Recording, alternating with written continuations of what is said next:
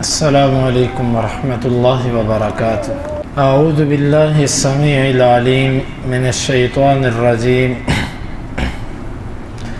من ہمزہ ونفخہ ونفثہ۔ یہ اللہ کی نشانیاں ہیں، یعنی تھوڑے لشکروں کا زیادہ لشکروں پر غالب آ جانا، ایمان والوں کا قلیل تعداد میں ہونے کے باوجود کافروں پر غالب آ جانا، یہ سب اللہ کی نشانی ہے۔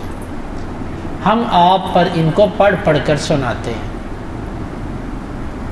یہاں پر ہمارے پڑھنے سے مراد ہے کہ ہم بواسطہ جبریل آپ پر پڑھتے ہیں، بالحق، حق کے ساتھ۔ ان واقعات کے اندر کچھ مبالغہ نہیں ہے اور کچھ کمی نہیں ہے، جس طرح یہ تھے منوان اسی طرح آپ کو بتائے گا۔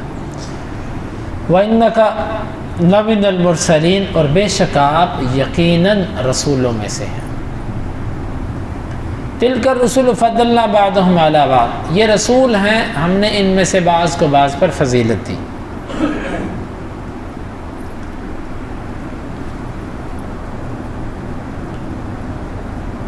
حدیث کے اندر آتا ہے کہ ایک مسلمان اور یہودی کا آپس میں جھگڑا ہو گیا۔ یہودی نے کہا کہ اس اللہ کی قسم جس نے موسیٰ علیہ السلام کو جہان والوں پر چنا اور فضیلت دی۔ مسلمان کو غصہ آیا، اس نے اس کے منہ پہ تھپڑ مار دیا اور کہا کہ کیا محمد صلی اللہ علیہ وسلم پر بھی فضیلت دی؟ یہ دونوں جھگڑتے اللہ کے نبی صلی اللہ علیہ وسلم کے پاس آ گئے۔ آپ صلی اللہ علیہ وسلم نے فرمایا اس موقع پر، تم مجھے انبیاء پر اس طرح فضیلت نہ دیا کرو، یعنی وہاں پر آپ نے اس چیز سے منع کر دیا۔ اور یہاں پر اللہ تعالیٰ نے فرمایا کہ یہ رسول ہیں، ہم نے ان میں سے بعض کو بعض پر فضیلت دی ہے۔ آیت سے فضیلت ثابت ہوتی ہے کہ بعض سے افضل ہے، اور حدیث میں ہے کہ تم مجھے فضیلت نہ دو۔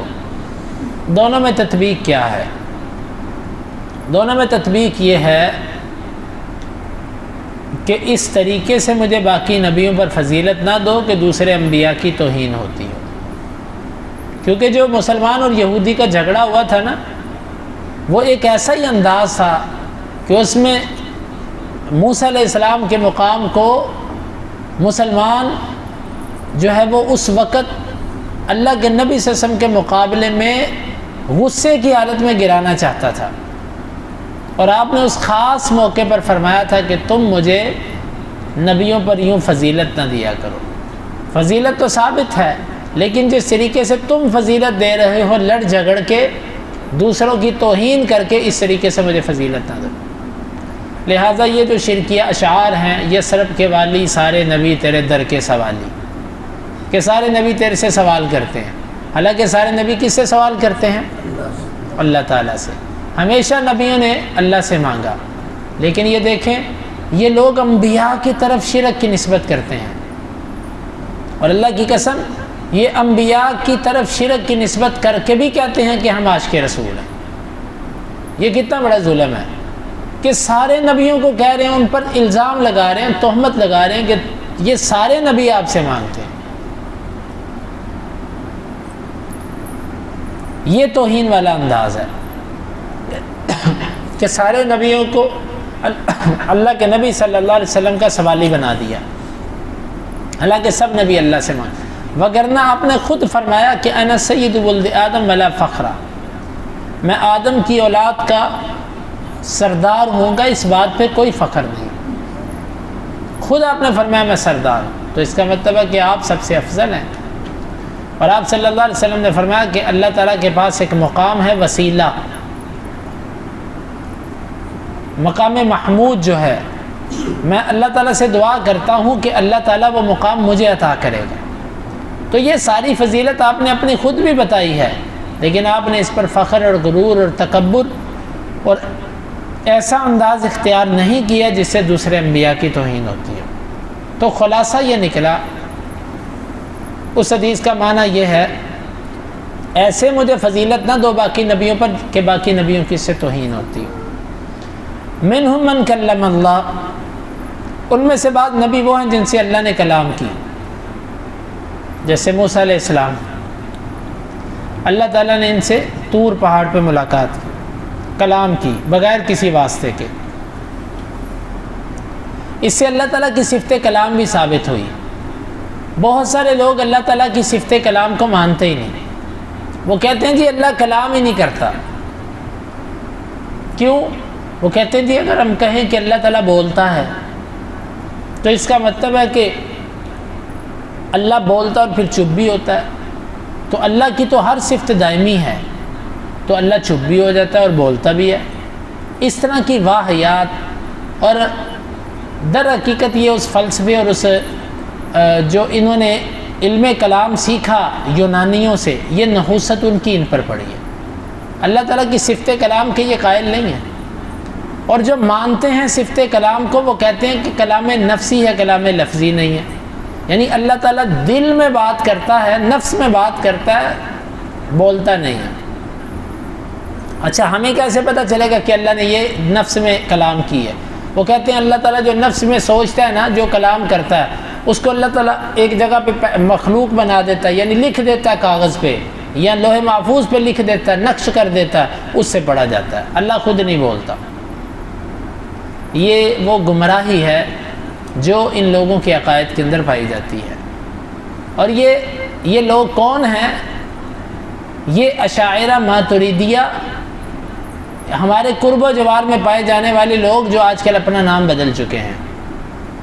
در حقیقت عقیدے کے اندر ان کے یہ خرابی ہے کہ اللہ تعالیٰ کی صفت کلام کے یہ قائل نہیں ہیں، کہتے ہیں اللہ کلام نہیں کرتا۔